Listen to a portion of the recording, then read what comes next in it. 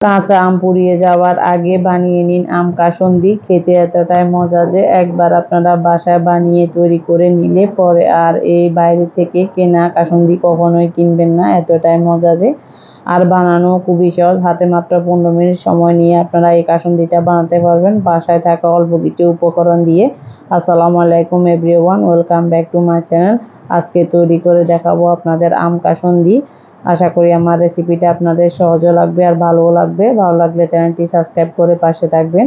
তো চলুন শুরু করি। প্রথমে লাগবে আমাদের 1 কাপ সরিষা। এখানে আমি লাল সরিষা নিয়েছি 1 কাপ।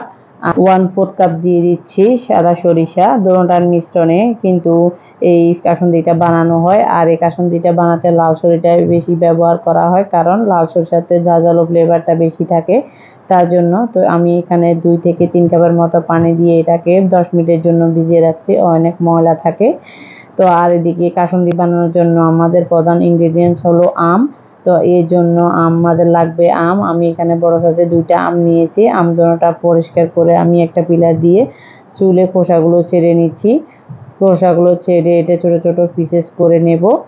পরবর্তীতে আমার কাসুন্দি বানাতে লাগবে, যেহেতু আম কাসুন্দি, আম তো মাছলিয়ে লাগবে, তো এটা আমি ছোট ছোট পিস করে নিয়েছি। আপনারা চাইলে আপনাদের ইচ্ছা মতো কেটে নিতে পারবেন। তো আমার আমগুলো কাটা হয়ে গেছে। এবার আমি যেই সরিষাটা ভিজিয়ে রেখেছিলাম এটাকে 3 থেকে 4 বার ভালো করে ধুয়ে পরিষ্কার করে পানি ঝরিয়ে নেব।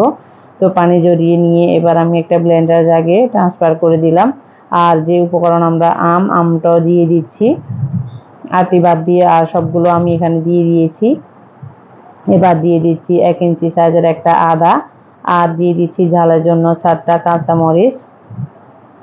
তো এবার এইগুলো উপকরণের মধ্যে আমি 1/2 কাপ সিরকা দিয়ে এটাকে ভালো করে ব্লেন্ড করে নেব। তো আমার আরও 1/2 কাপ সিরকা লেগেছিল, তো ওটা স্কিপ হয়ে গেছে। তো মোট আমি এখানে 1 কাপ সিরকা ব্যবহার করেছি। তো সিরকাটা দিয়ে আমি ভালো করে ব্লেন্ড করে এরকম করে নিয়েছি, দেখুন অনেকটা মিহি হয়ে গেছে। এবার এখানে দিয়ে দিচ্ছি 3 কাপের মতো পানি দিয়ে এর পানির মধ্যে দিয়ে দিচ্ছি 1 টেবিল চামচ লবণ।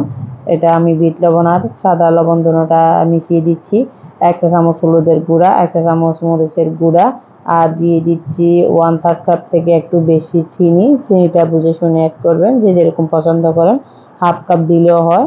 তো আমি এটাকে বলক তুলে নিয়েছি, আর চুলার ফ্লেমটা মিডিয়াম টু লো হিটে আছে এখন। তো এরপর যে সরিষাটা আমরা আগে থেকে ব্লেন্ড করে নিয়েছিলাম এটা দিয়ে দিচ্ছি, দিয়ে ভালো করে মিশিয়ে নিচ্ছি। তো ভালো করে মিশিয়ে এটাকে এবার বলক তুলে নিব। আর এই কাসুন্দিটা এতটাই সহজ যে, এতটাই মজা যে আপনারা বাসায় ঝটপট বানিয়ে নিতে পারবেন। আর খেতেও অসম্ভব মজা। নর্মাল টেম্পারেচারে রেখে দিলে এটা পুরো 1 বছরের জন্য ভালো থাকবে। তো আমার বলক উঠে আসছে আর এটা অনেকটা ঘন হয়ে গেছে। এবার এর মধ্যে দিয়ে দিয়েছি আমি 1/2 কাপ সরিষার তেল।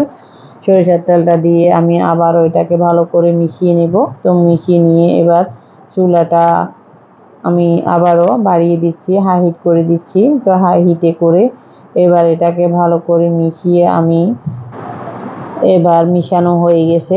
আর থিকনেসটা এরকম পাতলা হবে, এটা ঠান্ডা হওয়ার পর আরও অনেকটা ঘন হয়ে যাবে। তো এবার চুলার ফ্লেমটা অফ করে আমি 30 মিনিট পরে আসি। 30 মিনিট পরে দেখুন এটা অনেকটা ঘন হয়ে গিয়েছে আর এটা ঠান্ডা হয়ে আসছে। এবার এর থিকনেসটা এরকম হয়েছে দেখুন। এবার একটা পরিষ্কার কাঁচের জারে আমি ভরে নেব এটাকে। দেখুন এর ঘনত্বটা কীরকম হয়েছে।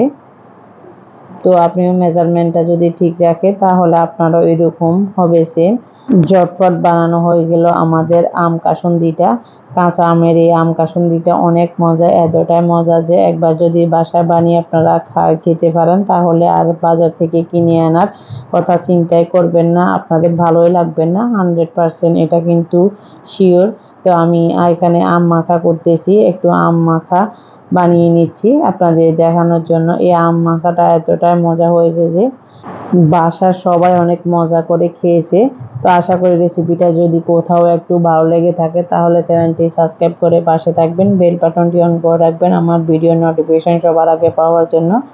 আজ এই পর্যন্ত, দেখা হবে অন্য কোনো রেসিপি নিয়ে।